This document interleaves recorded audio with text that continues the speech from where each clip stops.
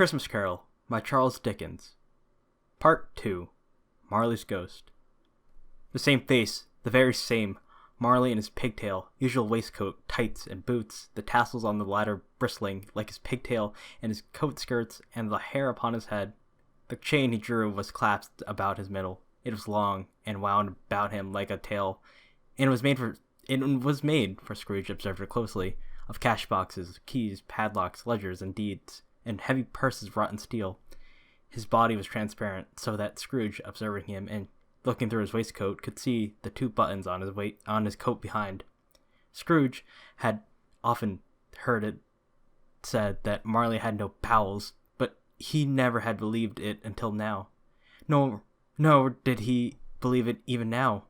Though he looked the phantom through and through and saw it standing before him, though he felt the chilling influence of its death-cold eyes, and marked the very extreme of the folded kerchief bound about its head and chin, which wrapper he had not observed before, he was still incredulous, and fought against his senses. "How now?" said Scrooge, caustic and cold as ever. "What do you want with me?" "Much." Marley's voice. "No doubt about it." "Who are you?" "Ask me who I was." "Who were you, then?" said Scrooge, raising his voice. "You're particular for a shade." He was going to say "to a shade," but substituted this as more appropriate. "In life, I was your partner, Jacob Marley." Can you sit down?" said Scrooge, looking doubtfully at him. I can." "Do it, then."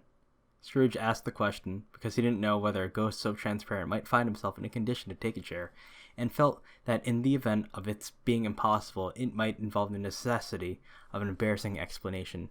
But the ghost sat down on the opposite side of the fireplace, as if he were quite used to it. "You don't believe me?" observed the ghost. "I don't," said Scrooge. "What evidence would you have of my reality beyond that of your senses?"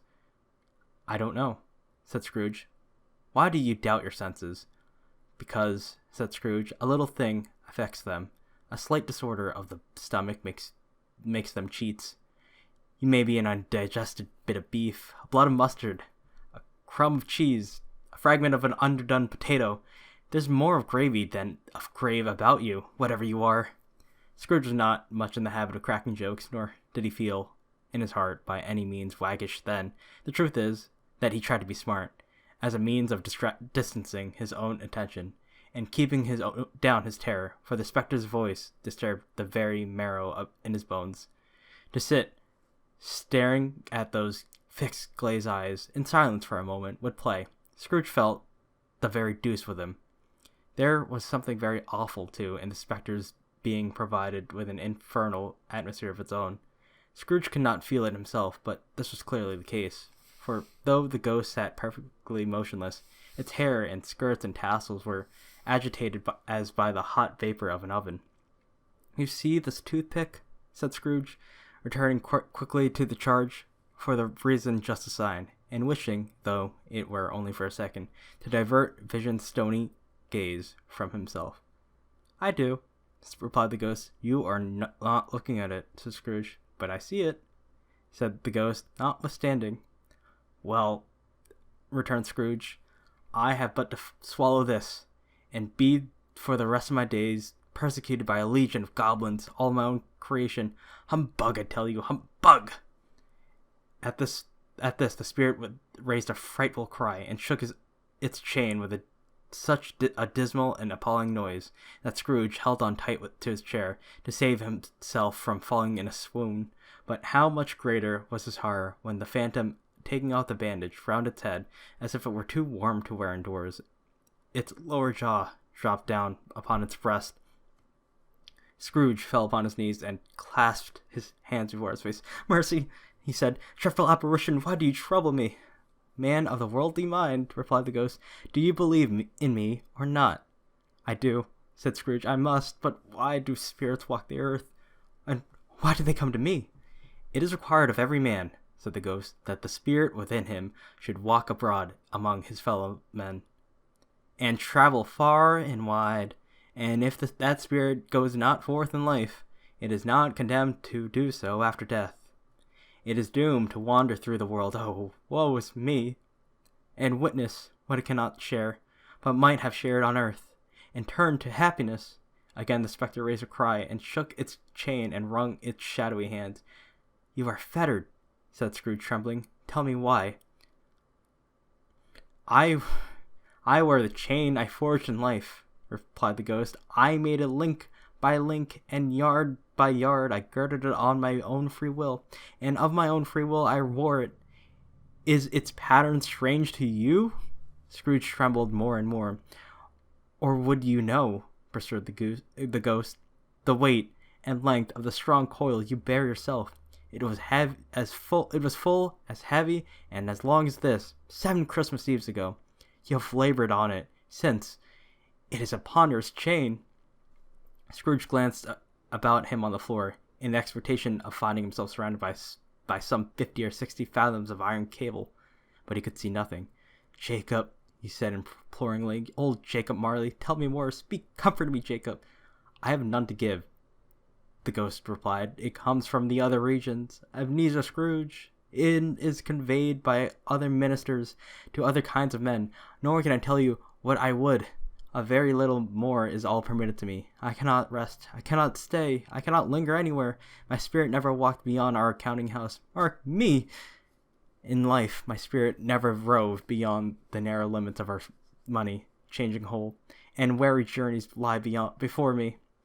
It was a habit with Scrooge, whenever he became thoughtful, to put his hands in his breeches pockets. Pondering on what the ghost had said, he did so now, but without lifting up his eyes or getting off his knees. "You must have been very slow about it, Jacob," Scrooge observed in a businesslike manner, though with humility and deference. "Slow," the ghost repeated. 7 years did," mused Scrooge, "and traveling all the time." "The whole time," said the ghost. "No rest, no peace, incessant torture of remorse." "You travel fast?" "On the wings of the wind," replied the ghost. "You might have got over a great quantity of ground in 7 years," said Scrooge. The ghost, on hearing this, set up another cry, and clanked its chain so hideously in the dread of silence, in the dead silence of the night, that the ward would have been justified in indicting it for a nuisance. "Oh, captive bound and diaboled iron," cried the phantom, "not to know that ages of incessant labor by immortal creatures for this earth must pass into eternity before the good of which it is susceptible to is all developed. Not to know that any Christian spirit working kindly in its little sphere, whatever it may be, will find its mortal life too short for its vast means of usefulness. Not to know that no space of regret can make amends for one's life opportunity misused. Yet such was I. Oh, such was I." "But you were always a good man of business, Jacob," faltered Scrooge, who now began to apply this to himself. "Business?" cried the ghost, wringing his hands again. "Mankind was my business. The common welfare was my business. Charity, mercy, forbearance, and benevolence were all my business. The dealings of my trade were but a drop of water in the comprehensive ocean of my business." It held up its chain at arm's length, as if that were the cause of its unavailing grief, and flung it heavily upon the ground again. At this time of the rolling year," the spectre said, "I suffer most. Why do I walk through crowds of fellow beings with my eyes turned down, and never raise them to the blessed star which led the wise men to a poor abode? Were there no poor homes to which its light would have conducted me?" Scrooge was very much dismayed to hear the spectre going on at this rate, and began to quake exceedingly. "Hear me!" cried the ghost. "My time is nearly done. My time is nearly gone." "I will," said Scrooge, "but don't be hard upon me. Don't be flowery, Jacob. Pray, how is it that I appear before you in a shape that you can't see? I may not tell. I have sat invisible beside you many and many a day." It was not an agreeable idea. Scrooge shivered and wiped the perspiration from his brow. "That is no light of my penance," pursued the ghost. "I am here tonight to warn you that you have yet a chance and hope of escaping my fate. A chance and hope of my procuring Ebenezer." "You are always a good friend to me," said Scrooge. "Thank ye." "You will be haunted," resumed the ghost, "by 3 spirits. Scrooge's countenance fell almost as low as the ghost's had done. Is that the chance and hope you mentioned, Jacob? He demanded in a faltering voice. It is. I think I'd rather not, said Scrooge. Without their visits, said the ghost. You cannot hope to shun the path I tread. Expect the first tomorrow, when the bells tolls one. Can I take 'em all at once and have it over, Jacob? Hinted Scrooge. Expect the second one on the next night at the same hour, the third upon the next night when the last stroke of 12 has ceased to vibrate. Look to see me no more, and look that, for your own sake, you remember what has happened between us. When it had said these words, the spectre took its wrapper from the table and bounded round its head as before. Scrooge knew this by the smart sound its teeth made when the jaws were brought together by the bandage. He ventured to raise his eyes again, and found his supernatural visitor confronting him in an erect attitude, with its chain wound over and about its arm. The apparition walked backward from him, and at every step it took, the window raised itself a little, so that when the spectre reached, it was wide open. It beckoned Scrooge to approach, which he did when they were within 2 paces of each other. Marley's ghost held up its hand, warning him to come no nearer. Scrooge stopped.